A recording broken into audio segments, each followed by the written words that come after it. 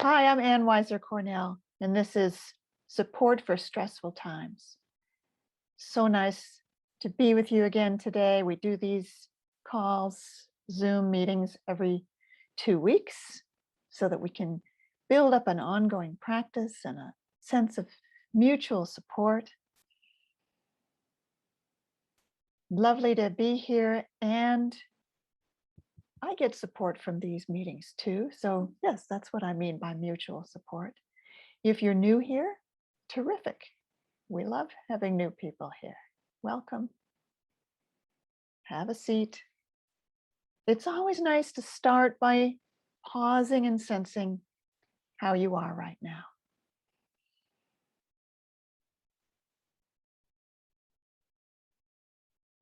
No, I've become so fond of being able to pause and sense that when I'm in a meeting where people are just talking with no space in between, something in me starts to feel a bit tired. So we will take some pauses like this one. And the purpose of pausing is to give yourself some space. When you are somewhere where there's talk, talk, talk, talk, talk, sometimes it can feel like there's not much space for something that isn't in words yet. So one thing we do when we pause is we can sense, how am I right now? And it doesn't have to be in words.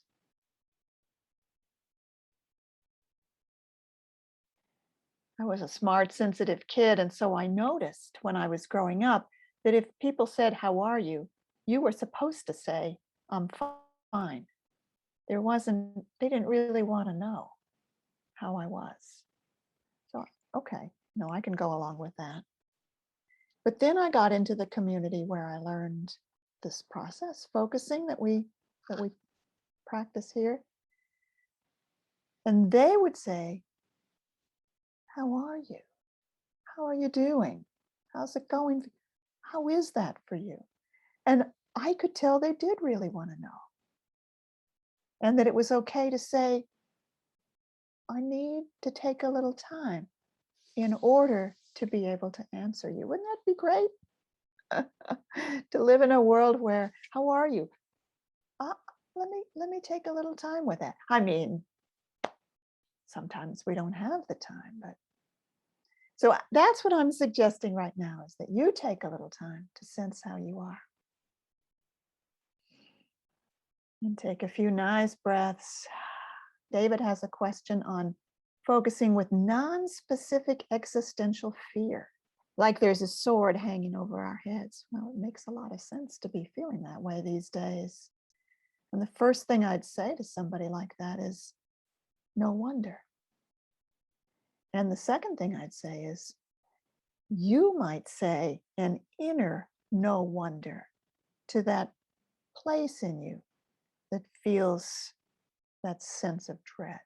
These are some powerful ways of being with ourselves that we like to practice. One is to give our feelings so much empathy.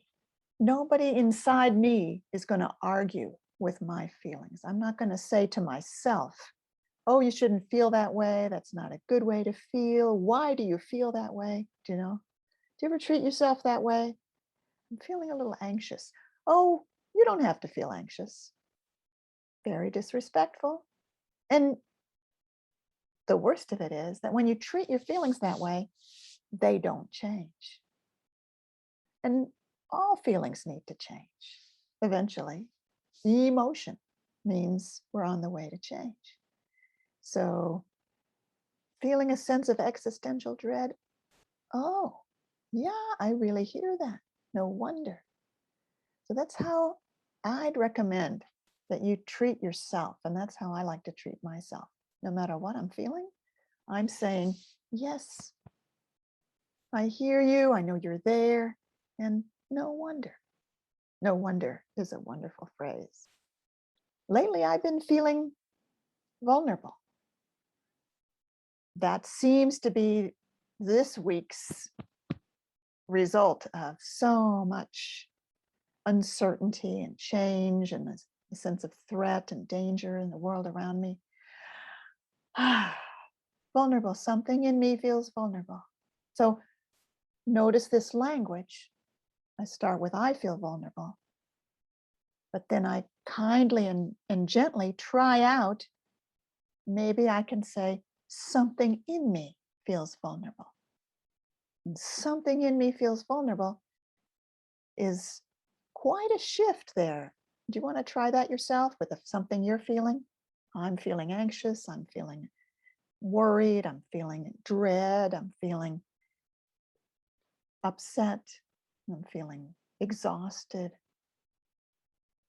Try saying, something in me feels anxious, upset, dread. Something in me feels vulnerable. Well, what happens to me when I say something in me feels vulnerable is that the rest of me, all of me, I start opening up with compassion toward this something in me that feels vulnerable. And it's no longer I feel vulnerable. And if I feel vulnerable, then I start to lose a sense of my own strengths. I start to feel like I'm the one who's at risk from everything around me. Not a very pleasant, enjoyable feeling. At that point, one might start distracting oneself in order not to feel something so unpleasant. But if I say something in me feels vulnerable, then I am not vulnerable. I'm okay. I'm the one who can be with the something that feels that way. And I get my sense of strength back again. And I was thinking, as I was thinking of coming here and talking with you, about vulnerability and strength and how close they are. That I like having a kind of strength that has flexibility, compassion, intentionality, warmth, strength that's very close to feeling vulnerable, strength that has vulnerability mixed into it. Can you relate to that? Just going to take a peek at the chat and see what people are saying. Question from David. I love everything I do, but it feels overwhelming. How do I make priorities? So you love everything you do, but there's something about all that feels overwhelming. I would get curious right there. There's something about all that feels overwhelming. You don't know where that's going to lead you. It might lead you to hiring an assistant. It might lead you to letting something go because actually you don't love it. That was the one you thought you had to do. So I would start with, there's something about all that feels overwhelming, and just be curious right there. Sonia's writing about what it's like in Brazil. There is a sense of hope. Oh, that's good. Catherine writes, when I ask, how are you? And I get right back, fine, I feel disappointed about the halt to our relationship. Yeah. Lakshmi writes, my heart feels tight. And would I say something in my heart feels tight? Yeah. Yeah. And let's also add the phrase, I am sensing. Because when you say, I am sensing, you remind yourself that you are the bigger one who is sensing. So I'm sensing something in my heart that feels tight. And what comes after that? I'm saying hello to it, or I'm just sitting down to be with it, or I'm keeping it company. Estella writes, I feel invisible. What happens, Estella, if you say something in me feels invisible? It sounds like a painful experience. How does it feel in your body? Something in me feels, how? about not being seen by others, not being treated respectfully by others. I wonder what that word invisible is pointing us to. Haja writes, my body feels so tired and my energy centered on my solar plexus feels as if someone has stuffed a rag in the energy hold. Ha ha, that's a very vivid metaphor. Or pushing an overfilled wheelbarrow uphill, and something in me feels too bored to do anything about it. I love it when we sense inside and we find these vivid metaphors or several words to describe what we're feeling, because we have so many more rich inner experiences than can be encompassed by single words. If you think you have to describe how you're feeling with a single word, it becomes frustrating and tough to describe how you're feeling, but you can describe what it feels like. And that's a beautiful example. And something in you thinks you have to do something about it. Say hello to that too. Yeah, Linda writes, I'm sensing something in me that feels heavy, sad, and lost. Beautifully phrased, Linda, and my heart is with you. That doesn't sound easy. Notice how it might feel to let a gentle hand go to the place in your body that's feeling that way. It's feeling heavy, sad, and lost, and I am putting my gentle hand there. The hand is not meant to make it go away or make it feel better, but to give it company. And this is one of the things I find so beautiful about the kind of work we're talking about here, is that it's not our intention to change how we feel. I have a book called The Radical Acceptance of Everything, and that's really part of what that means, is that the way you feel is the way you feel. It can be trusted in a way, not trusted as a guide to action exactly, but trusted as the truth about how you are right now. So we don't say feelings go away. We don't have to. Instead, we just keep them company. We say, I'm sensing something in me feels. And let a gentle hand go there and say, I'm with you now. Say to the feeling, I'm with you now. And what happens then is that something more arises. There is some kind of next arising from the feeling itself, from the place where you feel that. It may change, not because we tried to make it change, but because change is in its nature. It was ready to change. It couldn't change as long as it hadn't been held in an accepting attitude. It had to keep on repeatedly being the way it was.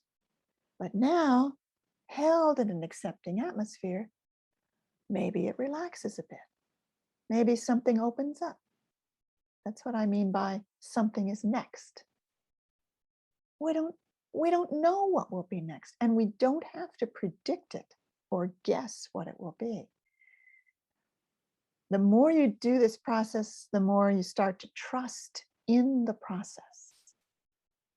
And that means we're trusting, first of all, that everything you feel makes sense somehow, either in the present moment or because the present moment is reminding you of something in the past. It all makes sense. So we can say to our feelings, no wonder. And we can say, I'm here with you. I'm keeping you company. You know that there's something very beautiful and precious in keeping company with something that we feel. Maybe that's not something we're used to doing very much. Maybe we've been trying not to feel how we feel. If it's something very unpleasant, like a sense of dread, maybe we're fighting with it, trying to push it away, trying to talk ourselves out of it. But you know what? Pretty much always, that keeps it the same. What we try not to feel, we still feel. No when I turn toward it, when I say, I am sensing something in me feels, then there's some kind of space. There's a next there. So talking about vulnerability and strength, how they come together, or they can. And that there's nothing to be afraid of in having something in you feeling vulnerable. Thank goodness, because I've been feeling it lately. Something in me feels vulnerable, and I can tell that the something in me that feels vulnerable is grateful that I am here with it. You feel something like that when with your something? That it's grateful that you are here, not pushing it away, not trying to make it wrong, but just being with it. Joe writes, I feel not safe. The world feels not safe. And I feel negative this morning and I'm blaming myself and others. So, she writes, something in me feels not safe and negative. Something in me wants to find blame with others and myself. Beautiful. Well done. You know, I've seen that need to blame or that wish to find that others are at fault for my troubles. I've felt it in myself lately. I can tell that something in me wants to find the people who are at fault for the troubles that I'm in and be mad at them and blame them. Not that it will do any good, because first of all, I probably don't personally know any of them. And second of all, because even if I did, actually blaming people isn't a very good way to change their minds. So we can understand something in me has the urge to blame and stay with that a while. And maybe we'll find out something like it's that it feels that place in me that has the urge to blame feels so out of control. Helpless, out of control, and really, really stuck and sad. So no wonder it has the urge to blame. Khan writes, something in me feels like there's something wrong with the human race, and it's scary. So we can do a no wonder with that sentence right there. So something in me is saying there's something wrong with the human race. Notice that that is a blaming, a kind of blaming, right? The source of my troubles is that there's something wrong with the human race. And then something in me finds that scary. And there's more there, but that's a great start. Let's be with this feeling that's underneath what you're talking about. And I think that may be a feeling of helpless, out of control, overwhelmed by too much, and so on. Christina writes, I feel a wrenching feeling in my neck related to being wronged and others being wronged, right? Others being treated in a way that's wrong, like with disrespect, with violence, and so on. Yeah, when I am aware of the violence all around me, the way people are treated badly, disregarded, dismissed, I have so many feelings about that I can make a space for and be with inside. And especially when we have these feelings that are about injustice, things that are going on that just aren't right. We definitely aren't trying to make the feelings calm down or go away, because those very feelings can call us into taking action of some kind, even if we don't know what it would be yet. And yet it's still okay and very valuable to say, something in me feels the wrongness of how people are being treated. And I'm saying hello to that, so that I can grow the strength that comes from being able to sense the wrongness in the world and how people are treated, and so on. Eleanor's writing about a feeling of being worn out. It's all too much. Worries of climate change, Delta variant, voter suppression. Many things to worry about. So let's be with that. I'm sensing a big something in me feeling worn out. I'm sensing a big something in me feeling it's all too much. And I am with that. I am here. It's another way that vulnerability can help our strength grow is when there are vulnerable feelings and I am with them. I can feel my strength. I can feel my ability to be there for something that's hurting or vulnerable or delicate and so on. Jennifer writes, as I kept my frustrated something company, I got a sense of how it's trying to protect me from loss and disappointment. Beautiful. Oh, Catherine writes, I used to try to rid myself of vulnerability, and then my strength was kind of brittle and hard. That's how I feel too. And then Catherine writes, I love it when I can temper my strength with vulnerability, and then I feel less exhausted and stronger. And Catherine, I love it that you noticed that. See, even everything I say here is all something for you to try out and sense for yourself if it helps, if it makes a difference, or if something else feels better. I'd far more wish that you try things out and sense if they feel right for you than that you follow what I say with some kind of unquestioningness. Oh, Marcus is here. And something in me tends to express contempt toward this kind of approach to feelings. All right. I'm bothered by the fact that I cannot understand what this condescending part of me wants me to do instead. So Marcus, my recommendation to you, don't call it a condescending part. Don't give it a label that sounds like a label it might not like. And rather than sensing what it wants you to do, ask it what it's worried about. It's worried about you, something painful, difficult happening to you if you believe these nice, loving words about accepting feelings. Camila asks, is there a clue we can look for when it seems there's so much stress and blocks and overwhelming, we can't even track one emotion or sensation? Okay. So start with feeling your body, contacting what you're sitting on. Let your breathing arise naturally. And just take some time to feel yourself settling in to body awareness.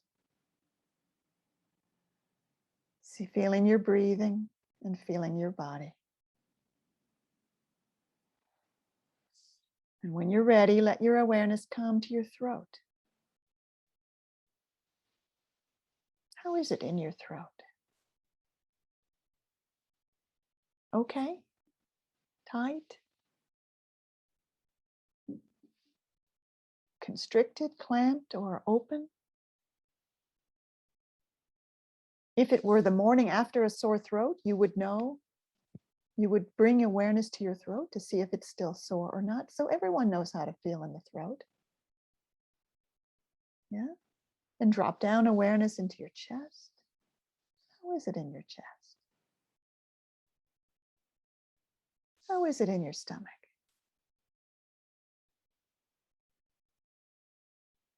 That's what I'd recommend. Just take your time to connect with very simple body awareness. Everything you're feeling will show itself to you through your body. If you take your time, don't go quickly. So we're almost at our stopping place. But what I'd like to summarize today is what we're saying about feelings. Every feeling you have makes some kind of sense. And so you can say to every feeling you have, no wonder, no wonder. And you can say, I am sensing something in me feels this way. And maybe your hand naturally goes to your body. That it's not required, but it often happens. As if with your hand, you're also saying, I'm with you and I sense you. I found just from doing that right now, a deeper breath arising, just naturally. So I wish you a lovely time today, or at least a slightly less tense and difficult time, because you can say, I am sensing. Something in you would like to solve the problem that's leading to these feelings. Of course it would. Maybe something like that will occur. But it isn't in order to solve the problem that we're doing all this. It's in order to give company to the feelings that come. And in there's also a next step somehow.